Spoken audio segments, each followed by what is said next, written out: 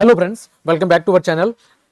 लेकर आ गया हूं आप सबके लिए कक्षा 10 की बोर्ड परीक्षा 2025 का आज का जो विज्ञान पेपर था उस विज्ञान विषय के पेपर का पूरा सॉल्यूशन।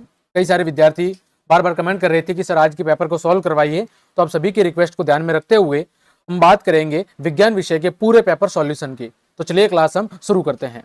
देखें, सबसे पहले भाग ए के तहत पहला प्रश्न है, कौन सी अंतःस्रावी ग्रंथि शरीर की वृद्धि के लिए उपापचय का नियमन करती है। शरीर की ऐसी कौन सी अंतःस्रावी ग्रंथि है जो शरीर की वृद्धि के लिए उपापचय का नियमन करती है, तो वो है आपकी थायराइड ग्रंथि। दूसरा था, कौन से जीव में पुनरुद्भवन यानी पुनर्जनन द्वारा नए जीव की उत्पत्ति हो सकती है, तो इसका उत्तर था प्लेनेरिया।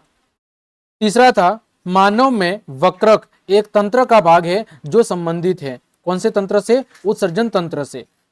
चौथा था, इनमें से कौन सा पादप हार्मोन का उदाहरण है, तो जो साइटोकाइनिन है वो आपका पादप हार्मोन है। पांचवा था, एक संकर संकरण में F2PD का जिन प्रारूप अनुपात क्या होता है, तो एक संकर संकरण के अंदर F2PD में जिन प्रारूप अनुपात होता है 1:2:1। छठा था, निम्नलिखित में से कौन सौर ऊर्जा का स्थिरीकरण करके उसे विषम पोषियों के लिए उपलब्ध करवाता है? कौन करवाते हैं? उत्पादक। उत्पादक कौन होते हैं? हरे पेड़ पौधे। अगला सातवां, गोलीय दर्पण की वक्रता त्रिज्या r और फोकस दूरी में संबंध क्या है, तो संबंध क्या होता है? r = 2f, यानी कि जो फोकस दूरी है वो वक्रता त्रिज्या की आधा होती है, तो f = r/2, तो r बराबर क्या होगा? 2f। आठवां, श्वेत प्रकाश पुंज प्रिज्म से गुजरने के पश्चात इसके अवयवी वर्णों में विक्षेपित हो जाता है, तो प्रकाश जो सबसे कम झुकता है वह कौन सा है, तो वो कौन सा है? रेड, लाल रंग सबसे कम झुकता है। अगला था आपका 11वां, दिए गए परिपथ चित्र में बिंदु बी और 9वां बिंदु P और Q के मध्य तुल्य प्रतिरोध कितना है? आपको P और Q के बीच में तुल्य प्रतिरोध निकालना था। तो देखो, ये दोनों श्रेणी क्रम में है, तो इनको हल करोगे तो कैसे बनेगा? ऐसे कुछ, ये 4 ओम है और ये दोनों श्रेणी क्रम है, इनको जोड़ दोगे तो ये भी कितना हो जाएगा? 4 ओम। इन दोनों को सॉल्व करोगे तो कितना आएगा? 1/4 + 1/4 यानी 2/4 यानी 1/2, तो 1/RP बराबर आ जाएगा 1/2, तो RP बराबर कितना आ जाएगा? 2 ओम। तो यहां पर इसका सही उत्तर था 2 ओम। अगला 10वां, सबसे अच्छा विद्युत का चालक कौन है? चांदी है। 11वां, दक्षिण हस्त अंगुष्ठ नियम में अंगूठा किसकी ओर संकेत करता है? विद्युत धारा की दिशा की ओर। 12वां, चित्रानुसार चुंबकीय क्षेत्र के लंबवत रखे चालक में विद्युत धारा प्रवाहित हो रही है, तो चालक पर आरोपित बल की दिशा कौन सी होगी? तो कागज में भीतर की ओर जाते हुए। ठीक है।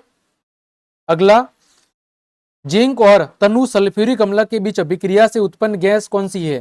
तो जिंक की अभिक्रिया करवानी थी H2SO4 से, तो कौन सी? ZnSO4 बनेगा और H2 गैस आपकी बाहर निकल जाएगी। फिर एक उदासीन विलयन का pH कितना होता है? 7 होता है। अभिक्रिया लेड ऑक्साइड की अभिक्रिया कार्बन के साथ हो रही है, तो लेड और कार्बन डाइऑक्साइड बन रहा है, तो यहां पर इनसे रिलेटेड जो कथन सत्य है वो कौन सा है? कार्बन का उपचयन हो रहा है और लेड ऑक्साइड का अपचयन हो रहा है, तो कथन 3 और 4 सत्य है। आगे देखो, 16वां वो था आपके फास्फोरस परमाणु के m कोष में उपस्थित इलेक्ट्रॉनों की संख्या। फास्फोरस कितने नंबर पे आता है? 15 नंबर पे, तो 2, 8 और 5। बाहरी कोष में कितने इलेक्ट्रॉन है? तो बाहरी कोष के अंदर 5 इलेक्ट्रॉन है। अगला, संतृप्त हाइड्रोकार्बन कौन सा था? तो इनमें से जो संतृप्त हाइड्रोकार्बन होगा वो होगा C2H6। एथेन आपका क्या है? एथेन आपका संतृप्त हाइड्रोकार्बन है। आगे, मेथेन में उपस्थित संसंयोजी आबंधों की संख्या तो कितनी होती है? मेथेन के अंदर एक कार्बन के साथ 4 हाइड्रोजन परमाणु जुड़े होते हैं, तो कितनी होगी? 4 होगी। दूसरा था, रिक्त स्थानों की पूर्ति कीजिए। पहली खाली जगह थी, हार्मोन की क्रिया को कौन सी क्रिया विधि नियंत्रित करती है? तो पुनर्भरण क्रिया विधि। ठीक। दूसरी, शाखान्वित आहार श्रृंखलाओं में से बना जाल, शाखान्वित आहार श्रृंखलाओं से बना जाल क्या कहलाता है? खाद्य जाल कहलाता है। क्या कहलाता है? खाद्य जाल। तीसरा, सामान्यतः विद्युत तार तांबे के बनाए जाते हैं, क्यों बनाए जाते हैं? क्योंकि जो आपका तांबा है, तांबा विद्युत का अच्छा सुचालक है। लिखेंगे क्योंकि यह विद्युत का अच्छा सुचालक है, क्योंकि यह विद्युत का अच्छा सुचालक है। चौथी खाली जगह, विद्युत धारावाही वृत्ताकार पास के कारण उत्पन्न चुंबकीय क्षेत्र की प्रबलता फेरों की संख्या में वृद्धि करने से क्या होती है, बढ़ती है। अगला पांचवी खाली जगह, मैग्नीशियम रिबन का वायु में दहन करने पर बने यौगिक का नाम क्या होगा, मैग्नीशियम ऑक्साइड। और सोने और लोहे में से अधिक तन्य कौन है, तो सोना आपका अधिक तन्य धातु है। आगे बात करें, तीसरा प्रश्न है आपका अति लघु उत्तरात्मक प्रश्न। कौन सा प्रश्न है, अति लघु उत्तरात्मक प्रश्न है। देखो यहां पर पहला था श्वसन को परिभाषित करना था। किसको परिभाषित करना था, श्वसन को परिभाषित करना था। तो श्वसन की परिभाषा क्या है, श्वसन वह प्रक्रिया है जिसमें जीव ऑक्सीजन का उपयोग करके ग्लूकोज को विखंडित करके क्या करते हैं, ऊर्जा की प्राप्ति करते हैं। श्वसन वह प्रक्रिया है जिसमें समस्त जीव ऑक्सीजन का उपयोग करके ग्लूकोज को विखंडित करके क्या करते हैं, ऊर्जा की प्राप्ति करते हैं। दूसरा, मस्तिष्क का कौन सा भाग सीधी रेखा में चलना, साइकिल को चलाना और पेंसिल उठाने को नियंत्रित करता है। कौन सा भाग, अनुमस्तिष्क। कौन सा भाग, अनुमस्तिष्क। अगला, उभयलिंगी पुष्प का कोई एक उदाहरण देना है, तो वो क्या है आपका, गुड़हल। अगला, मेंडल के प्रयोग के अंदर मटर के सफेद फूल का विपर्यासी लक्षण क्या था, तो क्या था, बैंगनी फूल का विपर्यासी लक्षण क्या था, बैंगनी फूल। पांचवा, किसी वाहन के पक्षदर्शी के लिए किस दर्पण का उपयोग होता है, आप सबको पता है इसका उपयोग होता है उत्तल दर्पण का। छठा है, निकट दृष्टि दोष से आप क्या समझते हैं, तो आप सबने पढ़ा होगा कि एक ऐसा दोष जिसमें व्यक्ति को पास की वस्तु तो स्पष्ट दिखाई देती है लेकिन दूर की वस्तु स्पष्ट दिखाई नहीं देती है, उसे निकट दृष्टि दोष कहा जाता है। क्या कहा जाता है, उसे निकट दृष्टि दोष कहा जाता है। सातवां, परिपथ में विभवांतर का मापन किसके जरिए होता है, वोल्ट मीटर के जरिए। किसके जरिए होता है, वोल्ट मीटर के जरिए। फिर किसी विद्युत धारावाही परिनालिका के कारण उत्पन्न चुंबकीय क्षेत्र की क्षेत्र रेखाओं को दर्शाना था, तो इसका चित्र कैसे बनेगा, देखो यहां पर मैंने बना रखा है, ये वाला चित्र आपको बनाना था। विद्युत धारावाही परिनालिका के कारण उसके भीतर और चारों ओर चुंबकीय क्षेत्र, ये वाला चित्र आपको बनाना था। अगला है, कैल्शियम ऑक्साइड की अभिक्रिया जल के साथ हो रही है तो क्या बनेगा, कैल्शियम हाइड्रो ऑक्साइड। तो एक्स का रासायनिक नाम क्या था, कैल्शियम हाइड्रो ऑक्साइड। अगला, बीकर को चित्रित करना था, एक बीकर का आपको चित्र बनाना था, आप सबको आता होगा। फिर कार्बोक्सिलिक अम्ल में उपस्थित प्रकार्यात्मक समूह का नाम, प्रकार्यात्मक समूह का सूत्र लिखना था, क्या होगा, COOH। क्या होगा, COOH। 12वां, अम्ल के जलीय विलयन को विद्युत परिपथ में लगाने पर परिपथ में लगा बल्ब जलने लगता है। इस प्रेक्षण का विश्लेषण करके एक विद्यार्थी ने अम्ल के जलीय विलयन के कौन से गुण को सिद्ध किया, लिखिए कौन से गुण को सिद्ध किया है उसने सिद्ध किया है कि अम्ल का जलीय विलयन विद्युत का सुचालक होता है। क्या सिद्ध किया है कि अम्ल का जलीय विलयन विद्युत का क्या होता है, विद्युत का सुचालक होता है। अम्ल का जलीय विलयन विद्युत का सुचालक होता है। आगे खंड ब के तहत देखो पहला प्रश्न है, प्रश्न संख्या 4, वायवीय और अवायवीय श्वसन में आपको क्या लिखना था, अंतर लिखना था। वायवीय और अवायवीय में अंतर लिखना था। आप सबने पढ़ा होगा, वायवीय श्वसन ऑक्सीजन की उपस्थिति में होता है, अवायवीय श्वसन ऑक्सीजन की अनुपस्थिति में होता है। वायवीय श्वसन में ग्लूकोज का पूर्ण विखंडन होता है या पूर्ण ऑक्सीकरण होता है, जबकि अवायवीय के अंदर ग्लूकोज का पूर्ण ऑक्सीकरण नहीं होता। वायवीय श्वसन में अधिक ऊर्जा उत्पन्न होती है, अवायवीय श्वसन के अंदर कम ऊर्जा उत्पन्न होती है। 5वां, पादपों में प्रकाशानुवर्तन गति को समझाना था। तो प्रकाशानुवर्तन गति वह गति है जिसमें पादप प्रकाश की दिशा के अंदर बढ़ते हैं और यह गति ऑक्सिन नामक हार्मोन के कारण होती है। ऑक्सिन प्रकाश से दूर पादप के भाग में अधिक मात्रा में संचित होता है, जिससे वह भाग तेजी से बढ़ता है और पादप प्रकाश की ओर मुड़ना शुरू हो जाता है। उसे कहते हैं पादप के अंदर प्रकाशानुवर्तन गति। इसमें आप वो चित्र भी बना सकते थे, गमले के अंदर एक पादप को लगाकर आप सूरज की तरफ वृद्धि करते हुए दर्शा सकते थे। छठा प्रश्न है आपका, मानव के नर जनन तंत्र में पाए जाने वाले 2 अंगों के क्या लिखने हैं आपको, कार्य। तो नर जनन तंत्र के दो अंग, एक आप लिख सकते थे वर्षण। वर्षण का काम क्या होता है? वर्षण का काम होता है शुक्राणुओं का उत्पादन करना। और फिर लिख सकते थे सीसन। सीसन का काम क्या होता है? शुक्राणुओं को मादा जनन तंत्र के अंदर क्या करना? स्थानांतरित करना। अगला 7वां, मानव में लिंग निर्धारण का आरेख चित्र बनाना था। आप सबको पता है, फिर भी मैं बता देता हूं। आपको ये वाला चित्र बनाना था, मानव में लिंग निर्धारण का, ये वाला चित्र, नर और मादा, फिर युग्मक एक्स वाई और मादा के अंदर दोनों एक्स, फिर एक्स एक्स और एक्स वाई, ये वाला आपको चित्र बनाना था। फिर आगे देखो, अगला प्रश्न है आपका 8वां, अपवर्तनांक किसे कहते हैं और इसका सूत्र लिखना था। अपवर्तनांक किसे कहते हैं? तो जब प्रकाश की किरण एक माध्यम से दूसरे माध्यम में प्रवेश करती है तो प्रकाश के किरण के मुड़ने की जो मात्रा होती है उसे अपवर्तनांक कहते हैं। जब प्रकाश की किरण एक माध्यम से दूसरे माध्यम में प्रवेश करती है तो प्रकाश के किरण के मुड़ने की जो मात्रा है उसे कहते हैं अपवर्तनांक। और इसका सूत्र क्या होता है? n बराबर c/v होता है। n क्या है? अपवर्तनांक है। c निर्वात में प्रकाश की गति और v है किसी माध्यम में प्रकाश की गति। 9वां है, स्वच्छ आकाश का रंग नीला क्यों होता है? आप सबने पढ़ा होगा कि सूर्य के प्रकाश में उपस्थित नीले रंग के प्रकाश का प्रकीर्णन वायुमंडल में मौजूद कणों के द्वारा बहुत ज्यादा होता है और इस वजह से स्वच्छ आकाश का जो रंग है वो हमें कैसा दिखाई देता है? वो हमें नीला दिखाई देता है। ठीक है, ठीक है, आगे बढ़ते हैं। 10वां, घरेलू विद्युत परिपथों में विद्युत फ्यूज का उपयोग क्यों किया जाता है? तो विद्युत फ्यूज का उपयोग इसलिए किया जाता है ताकि परिपथ के अंदर यदि अत्यधिक धारा प्रवाहित हो जाए तो फ्यूज क्या हो जाएगा? पिघल जाएगा और जिससे परिपथ क्या हो जाएगा? टूट जाएगा, बीच में से ब्रेक हो जाएगा। इसकी वजह से हमारे घर के अंदर जितने भी उपयोगी उपकरण लगे हुए हैं वो नुकसान से बच जाएंगे। 11वां था, लेड नाइट्रेट के तापन से नाइट्रोजन डाइऑक्साइड गैस के उत्सर्जन को प्रदर्शित करने के लिए व्यवस्थित उपकरण को क्या करना था? चित्रित करना था। तो इसके लिए आपको कौन सा चित्र बनाना था?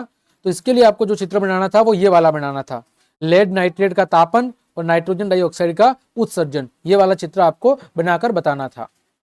ठीक, आगे बढ़ते हैं। अगला प्रश्न है, सोडियम हाइड्रोक्साइड की अभिक्रिया जिंक के साथ हो रही है तो सोडियम जिंकेट बन रहा है और कौन सी गैस बाहर निकलेगी? तो यहाँ पर हाइड्रोजन गैस आपकी बाहर निकलेगी। 13वां था कि यदि कॉपर है उसकी आर्द्र कार्बन डाइऑक्साइड के अंदर पड़ा रहता है तो उसकी सतह पर क्या प्रभाव पड़ेगा? वर्णन करना है। तो देखो, यदि कॉपर आर्द्र कार्बन डाइऑक्साइड के अंदर पड़ा रहेगा तो उसकी सतह पर हरे रंग की परत चढ़ जाएगी और ये जो हरे रंग की परत होगी वो किसकी होगी? कॉपर कार्बोनेट की, जो कॉपर की वायुमंडल में उपस्थित कार्बन डाइऑक्साइड और नमी के साथ अभिक्रिया के कारण बनता है। यानी कॉपर जब CO2 के अंदर पड़ा रहेगा तो वायुमंडल की CO2 और नमी के साथ अभिक्रिया करके क्या बनाएगा? कॉपर कार्बोनेट, और उस कॉपर कार्बोनेट की वजह से जो कॉपर है उसकी जो ऊपरी सतह है वो धीरे धीरे हरे रंग की हो जाएगी। आगे देखो, खंड 100 जिसमें 14वां प्रश्न था, ऋतुस्राव होने का कारण समझाना था और इसकी अवधि लिखनी थी। तो ऋतुस्राव क्यों होता है? तो जब अंडाणु निषेचित नहीं हो पाता तो गर्भाशय की दीवार क्या होती है? टूट जाती है और रक्त और श्लेष्मा के रूप में योनि द्वार से बाहर निकल जाता है। उसे क्या कहते हैं?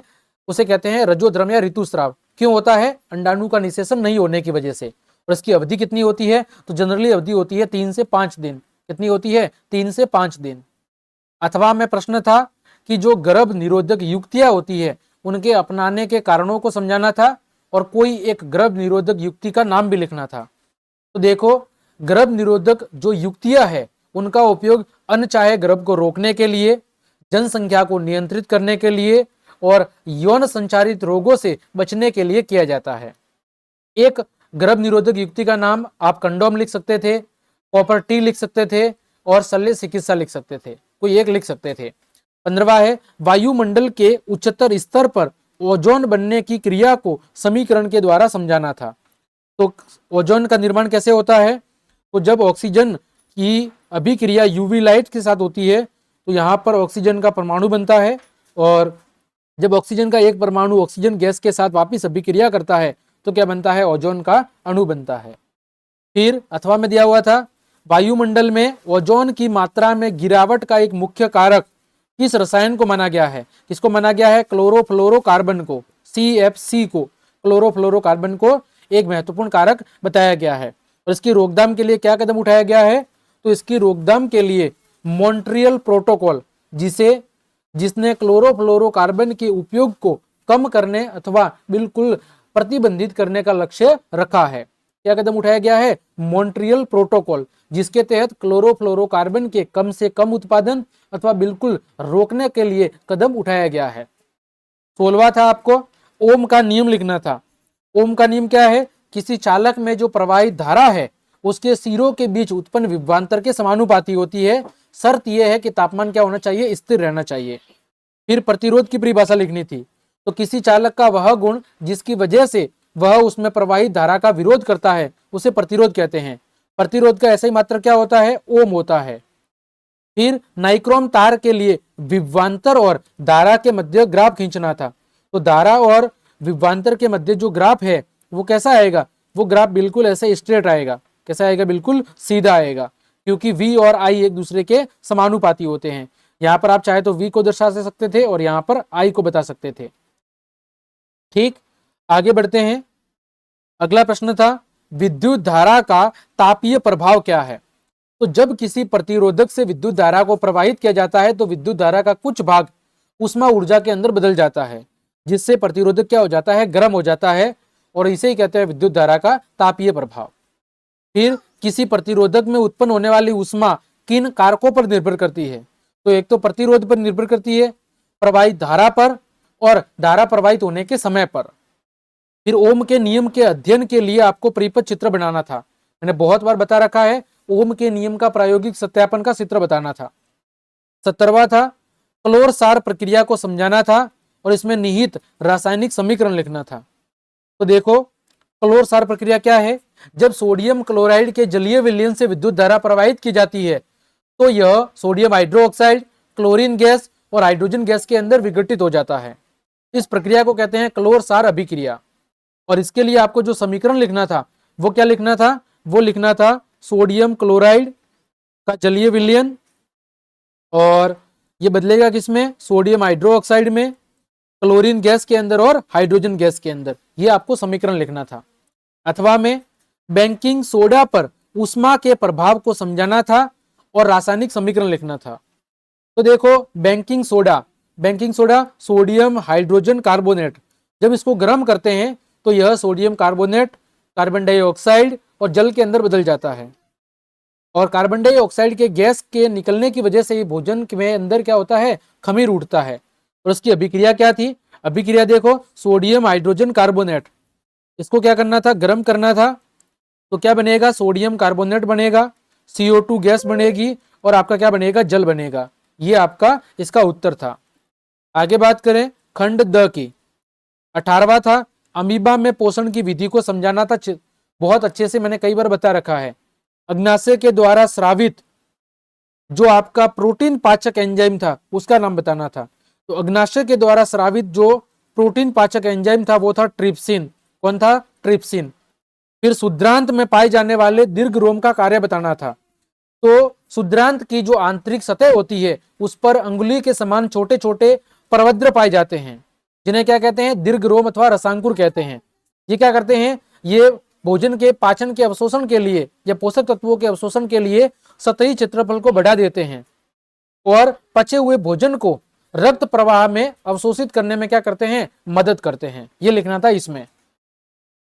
आगे देखो पैरामीशियम के अंदर पोषण की विधि को समझाना था। पैरामीशियम के अंदर पोषण की विधि को समझाना था, तो ये आपको चित्र बना के समझाना था। दूसरा था मानव में जठर ग्रंथि के द्वारा स्रावित प्रोटीन पाचक एंजाइम का नाम बताना था। वो कौन सा एंजाइम था? पेप्सिन। कौन सा था?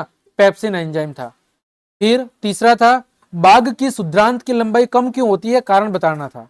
तो बाघ एक मांसाहारी जानवर है और मांस को पचाने के लिए कम समय और कम लंबी शुद्रांत की जरूरत पड़ती है, जबकि जो शाकाहारी जानवर होते हैं उनमें मांस को पचाना आसान नहीं होता है, क्योंकि घास के अंदर सेलुलोज आता है और इस वजह से बाघ की शुद्रांत छोटी होती है, क्योंकि बाघ एक मांसाहारी जानवर है और मांस को पचाने के लिए कम समय और कम लंबी शुद्रांत की जरूरत पड़ती है।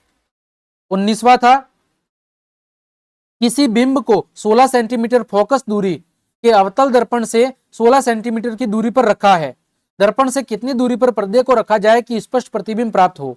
तो यहाँ पर एफ का मान कितना था, एफ का मान था -16, यू का मान कितना था -24। आपको दर्पण सूत्र लगाना था 1/f बराबर 1/v, ठीक है, प्लस 1/u, 1/f बराबर 1/v प्लस 1/u। यहाँ पर f की जगह रखना था -16, u की जगह रखना था -24। जब आप हल करेंगे तो v का मान आता -48 सेंटीमीटर, यानी पर्दे को दर्पण से 48 सेंटीमीटर की दूरी पर रखना पड़ता। दूसरा था अवतल दर्पण के सामने उसके ध्रुव और मुख्य फोकस के बीच स्थित बिंब के प्रतिबिंब का आपको क्या बनाना था, किरण आरेख बनाना था। तो दर्पण का प्रतिबिंब कैसा बनता, बड़ा, सीधा और आभासी बनता है ना। और ये दर्पण के पीछे वाले भाग में कहीं पर मिलती हुई क्या होती, प्रतीत होती, क्योंकि यहाँ पर क्या रखना है, ध्रुव और मुख्य फोकस के बीच में। तो प्रतिबिंब कैसा बनता, बड़ा, सीधा और आभासी। कहाँ बनता, दर्पण के पीछे वाले भाग में। अथवा में देखो, एक डॉक्टर 2 डायोप्टर क्षमता का संशोधक लेंस निर्धारित करता है। लेंस की फोकस दूरी और प्रकृति ज्ञात करनी थी। अब सबको पता है एफ बराबर होता है 1/p, तो 1 में 2 का भाग देते तो 0.5 मीटर ये आती फोकस दूरी, यानी कि 50 सेंटीमीटर। और लेंस की प्रकृति कैसी होती, उत्तल लेंस, क्योंकि फोकस दूरी धनात्मक है, अतः लेंस कौन सा होता, उत्तल लेंस होता। और इसकी क्षमता भी कैसी होती, इसकी क्षमता भी होती धनात्मक। अगला प्रश्न था, उत्तल लेंस की सहायता से प्रतिबिंब का किरण आरेख बनाना था जब वस्तु आपकी प्रथम फोकस और द्वितीय फोकस के बीच में स्थित हो। तो देखो, जब वस्तु प्रथम फोकस और द्वितीय फोकस के बीच में स्थित होती है तो उत्तल लेंस के केस में प्रतिबिंब कैसा बनता, बड़ा, उल्टा और वास्तविक बनता।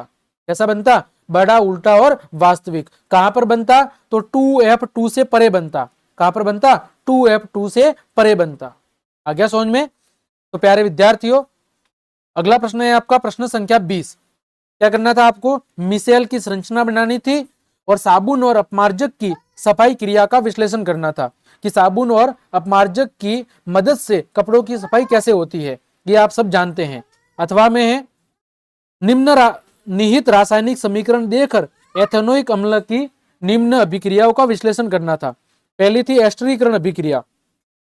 एस्टरीकरण अभिक्रिया कैसे लिखनी थी आपको, CH3COOH, एथेनोइक अम्ल, इसकी अभिक्रिया करनी थी एथेनॉल के साथ, C2H5OH के साथ।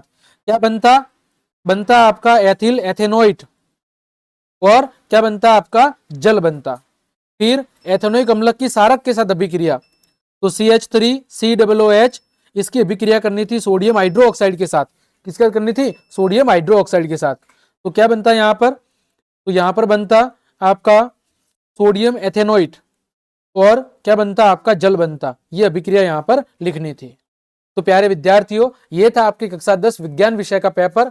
वो भी मैंने संपूर्ण हल के साथ एक एक प्रश्न का सॉल्यूशन बता दिया है। अब आपको अच्छे से अंदाजा हो गया होगा कि आपके कितने प्रश्न सही है और कितने गलत हैं, आपके कितने नंबर आ रहे हैं। उम्मीद कमेंट करके मुझे जरूर बताना कि आपके कितने नंबर परीक्षा के अंदर आ रहे हैं। उम्मीद करता हूं मेरी ये क्लास आपके लिए उपयोगी साबित होगी और आपके लिए बहुत ही ज्यादा महत्वपूर्ण होगी। तो यदि आपको मेरी क्लास और ये मेहनत पसंद आई है तो फिर लाइक, कमेंट, शेयर और सब्सक्राइब जरूर कर दे। आज के लिए इतना ही। जय हिंद, जय भारत।